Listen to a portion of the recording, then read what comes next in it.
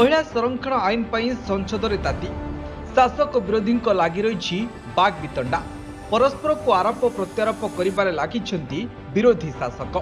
महिला संरक्षण आईन रे संशोधन विचार एवं पास करने संसदर 3 दिनिया स्वतंत्र अधिवेशन प्रथम दिन में गुरुवार दिन केंद्र सरकार 3टी बिल आगत करथिले। तथापि कांग्रेस एवं समाजवादी पार्टी समेत अनेक विरोधी दल एही बिल गुड़िक विरोध करथिले। प्रस्ताव गुड़िकर समर्थन में भोट पर गृह यार आलोचना जारी रखिछि।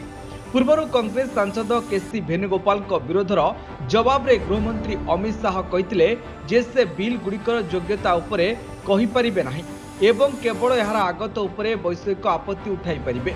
पूर्व अखिलेश यादव मुस्लिम महिलांक पई संरक्षण विषय आलोचना करने समय प्रश्न करथिले जे सरकार काहींकी बिल आनिबाकू शीघ्र करुछंती।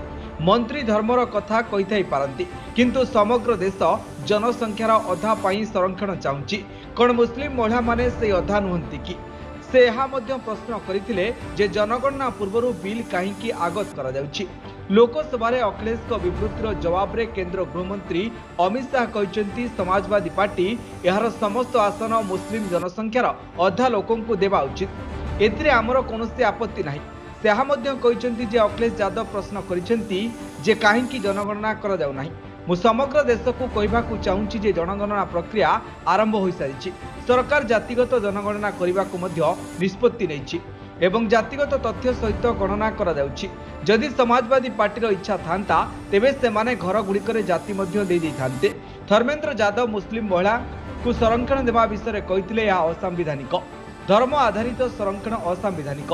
सरकार बिल संपर्क में समाजवादी पार्टी सांसद धर्मेंद्र यादव लोकसभा कहते आमे संविधान 131तम संशोधन बिल 2026 केंद्र शासित अंचल आईन संशोधन बिल 2026 केंद्र शासित अंचल आईन संशोधन बिल 2026 एवं सीमा निर्धारण बिल 2024 को विरोध करुछु।